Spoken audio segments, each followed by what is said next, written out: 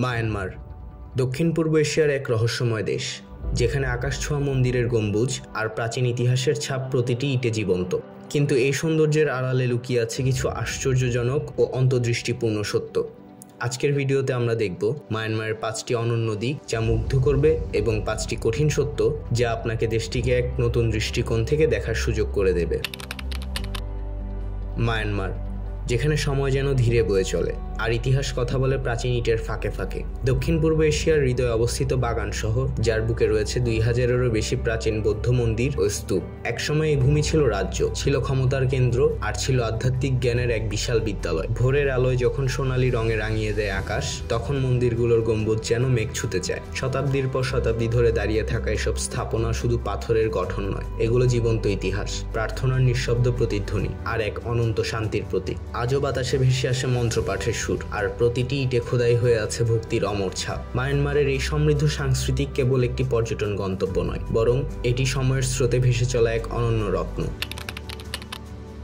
Myanmar শুধু প্রাচীন মন্দিরের দেশ নয়, বরং প্রাকৃতিক সৌন্দর্যের এক জীবন্ত ক্যানভাস। উত্তরের পাহাড়ি অঞ্চল থেকে শুরু করে দক্ষিণের নীল সমুদ্র পর্যন্ত এই দেশ যেন প্রকৃতির হাতে আঁকা এক অপূর্ব ছবি। ইনলে লেকের শান্ত জলরাশি, যেখানে ভোরবেলায় নৌকায় ভেসে চলেন স্থানীয় জেলেরা, আর পানির উপর ভাসে ভোরের কুয়াশা। আন্দামান সাগরের তীরে নগাপালি বিচ, সাদা বালুকা বেলা আর ফিরোজা নীল জলরাশি মিলে তৈরি করেছে স্বর্গীয় দৃশ্য। আর দূরের পাহাড়ে সোনালী আলোয় মোড়া ধান ক্ষেত আর সবুজ বনভূমি মিলেমিশে রঙিন স্বপ্নের মতো এক প্রাকৃতিক বিষয় গড়ে তুলেছে। এখানে প্রতিটি নদী, পাহাড় এবং বাতাস মনে করিয়ে দেয় সৌন্দর্য কখনো কৃত্রিম হতে হয় না, প্রকৃতি নিজেই সেরা শিল্পী।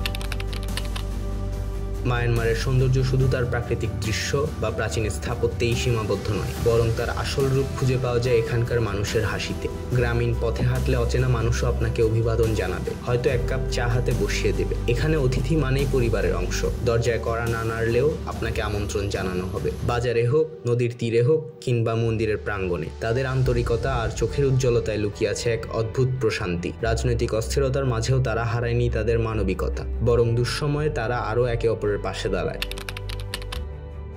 মায়ানমারের প্রকৃত রূপ শুধু তার প্রাকৃতিক সৌন্দর্য আর প্রাচীন ইতিহাসে নয়, বরং লুকিয়ে আছে এর মানুষের সৃষ্টশীল হাতে। শতাব্দীর পর শতাব্দী ধরে তারা তৈরি করেছে অনন্য হস্তশিল্প, রঙিন ল্যাকারওয়ার, নরম হাতে বোনা সিল্ক আর উজ্জ্বল জেট পাথরের গয়না। প্রতিটি নকশা শুধু সাজসজ্জা নয়, বরং এক একটি গল্প, রাজকীয় ঐতিহ্য, ধর্মীয় বিশ্বাস আর দৈনন্দিন জীবনের ছাপ বহন করে। ছোট্ট কর্মশালায় কারিগরের মনোযোগী হাত, বাজারের সাজানো শিল্পকর্মের শাড়ি আর মন্দির প্রাঙ্গণের রঙিন দেয়াল চিত্র, সব মিলিয়ে এটি একটি জীবন্ত ক্যানভাস। সময়ের সাথে সাথে প্রযুক্তি বদলেছে, কিন্তু এই শিল্পকর্মের আত্মা রয়ে গেছে ঠিক আগের মতোই। মায়ানমারের এই অনন্য হস্তশিল্প ও শিল্পকলা শুধু পণ্য নয়, এগুলো তাদের আত্মার প্রতিচ্ছবি।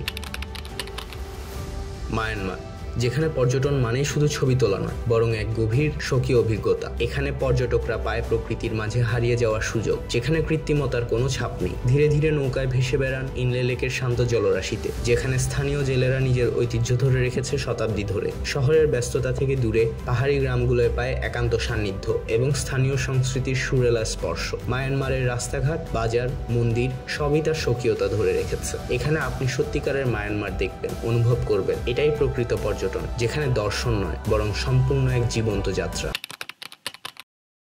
মায়ানমারের রাজনৈতিক ইতিহাস দীর্ঘদিন ধরে অস্থিরতার স্রোতে ভাসছে। 1962 সালে সেনাপ্রধান নেই উইন সামরিক অভ্যুত্থানের মাধ্যমে ক্ষমতা গ্রহণ করেন এবং দেশকে দীর্ঘদিন সামরিক শাসনের অধীনে নিয়ে যান। 2015 সালে অং সান সুচির নেতৃত্বে এনএলডি গণতান্ত্রিক নির্বাচনে বিজয়ী হলেও সামরিক শক্তি এখনও রাজনীতিতে ব্যাপক প্রভাবশালী ছিল। 2021 সালের ফেব্রুয়ারিতে সামরিক প্রধান মিন আন হ্লাইং আবার অভ্যুত্থান ঘটিয়ে অং সান সুচির সরকারকে ক্ষমতাচ্যুত করেন। এই সামরিক শাসনের ফলে বাকস্বাধীনতা এবং মানবাধিকার কঠোরভাবে সংকুচিত হয়েছে। বিক্ষোভ দমন করতে সেনাবাহিনী বহুবার কঠোর পদক্ষেপ নিয়েছে, যার ফলে শত শত সাধারণ নাগরিকের প্রাণহানি ঘটেছে। রাজনৈতিক অস্থিরতা দেশের অর্থনীতি, শিক্ষা ও স্বাস্থ্য খাতকে ব্যাপকভাবে ক্ষতিগ্রস্ত করেছে। তবে মায়ানমারের জনগণ এখনও গণতন্ত্রের স্বপ্ন দেখে এবং সাহসিকতার সঙ্গে তাদের অধিকার আদায়ের সংগ্রাম চালিয়ে যাচ্ছে।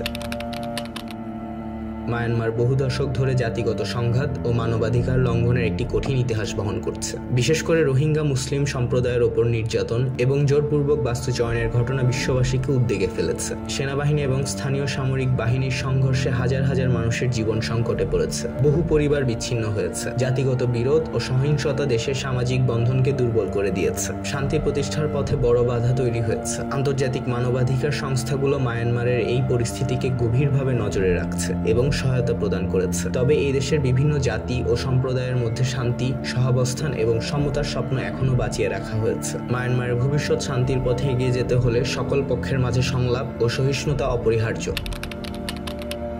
মায়ানমারের অর্থনীতি বহু চ্যালেঞ্জের মুখোমুখি। দীর্ঘ রাজনৈতিক অস্থিরতা এবং সামরিক শাসনের ফলে দেশের অবকাঠামো নাজুক অবস্থায় রয়েছে। রাস্তাঘাটের গুণগত মান অনেকখানি কম। গ্রামীণ এলাকায় বিদ্যুৎ ও পানীয় জলের সঠিক সরবরাহ নেই। যোগাযোগ ও প্রযুক্তির দুর্বলতা অর্থনৈতিক প্রবৃদ্ধিকে বাধাগ্রস্ত করেছে। বিদেশি বিনিয়োগ সীমিত এবং বেসরকারি খাতের বিকাশ বাধাগ্রস্ত। কৃষি নির্ভর অর্থনীতি, যেখানে আধুনিক প্রযুক্তির অভাব শ্রমজীবী মানুষের জীবনকে আরো কঠিন করে তোলে। এই অবস্থা মায়ানমারের জনগণের জীবনে প্রভাব ফেলেছে। দারিদ্র্য বৃদ্ধি পাচ্ছে, কর্মসংস্থান সীমিত। তবে উন্নয়নের আশা এখনো জীবিত এবং দেশটি ধীরে ধীরে পরিবর্তনের পথে হাঁটছে।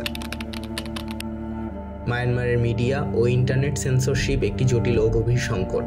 2011 সালের সামরিক শাসন থেকে কিছুটা মুক্তির পরও স্বাধীন সংবাদ মাধ্যমের উপর নিয়ন্ত্রণ বজায় রেখেছে সেনাবাহিনী। 2021 সালের সামরিক অভ্যুত্থানের পর পরিস্থিতি আরও খারাপ হয়েছে। সরকার ইন্টারনেট শাটডাউন এবং সোশ্যাল মিডিয়া প্ল্যাটফর্মগুলোর ওপর ব্যাপক সেন্সরশিপ আরোপ করেছে। ফেসবুক, টুইটার, ইউটিউব সহ অনেক জনপ্রিয় সাইট বাধাপ্রাপ্ত ও পুরোপুরি নিষিদ্ধ। সাংবাদিকরা ক্রমাগত হয়রানির মুখোমুখি। তাদের জেলে পাঠানো হচ্ছে বা কারফিউ জারি হচ্ছে। সাধারণ নাগরিকরা তথ্য পেতে ভার্চুয়াল প্রাইভেট নেটওয়ার্ক অর্থাৎ VPN ব্যবহার করছে, কিন্তু তা নিয়মিত ব্লক করা হয়। এই কঠোর সেন্সরশিপ গণতন্ত্রের জন্য মারাত্মক হুমকি, কারণ সঠিক তথ্য পেতে না পারায় জনগণের মধ্যে ভুল তথ্য ছড়ানোর সুযোগ তৈরি হচ্ছে। তবুও সাহসী সাংবাদিক, ডিজিটাল অ্যাক্টিভিস্টরা তথ্য পৌঁছে দিতে লড়াই চালিয়ে যাচ্ছে। স্বাধীনতার পক্ষে তারা অবিরাম কাজ করে চলেছে। মায়ানমারের দারিদ্র্য এখনো ব্যাপক একটি সামাজিক সমস্যা। দেশের অনেক অঞ্চলে মানুষ আজও মৌলিক চাহিদা পূরণে ভুগছে। সীমিত স্বাস্থ্যসেবা, শিক্ষা ও পরিষ্কার পানি পেয়ে অনেকেই মৌলিক জীবনযাত্রার মান বজায় রাখতে পারে না। বিশেষ করে গ্রামীণ এবং সংকটগ্রস্ত এলাকায় এই অবস্থা বেশি তীব্র। জনসেবার অভাব ও অবকাঠামোগত দুর্বলতার কারণে শিশুর মৃত্যুর হার এবং অসুস্থতার হার বৃদ্ধি পাচ্ছে। দারিদ্র্য মানুষের জীবনের সম্ভাবনাকে সীমাবদ্ধ করে, তাদের শিক্ষা ও কর্মসংস্থানের সুযোগ বন্ধ করে দেয়। তবে বিভিন্ন স্থানীয় ও আন্তর্জাতিক সংস্থা এই সমস্যার মোকাবিলায় কাজ করছে, কিন্তু সমস্যার জটিলতা অনেক বেশি। মায়ানমারের জনগণের উন্নত জীবন এবং মানবিক কল্যাণ নিশ্চিত করার জন্য এখনো অনেক কাজ বাকি। মায়ানমারের প্রতিটি কোণ আমাদের মনে করিয়ে দেয় আনন্দ ও কষ্ট একসাথে চলার মধ্য দিয়েই গড়ে ওঠে একটি সমাজের প্রকৃত রূপ। কমেন্টে আপনার মতামত শেয়ার করুন। আর যদি আগ্রহ থাকে ইতিহাসের পরবর্তী অধ্যায় জানতে, তাহলে সাথে থাকুন। খুব শীঘ্রই আমরা ফিরে আসছি নতুন গল্প নিয়ে। ধন্যবাদ।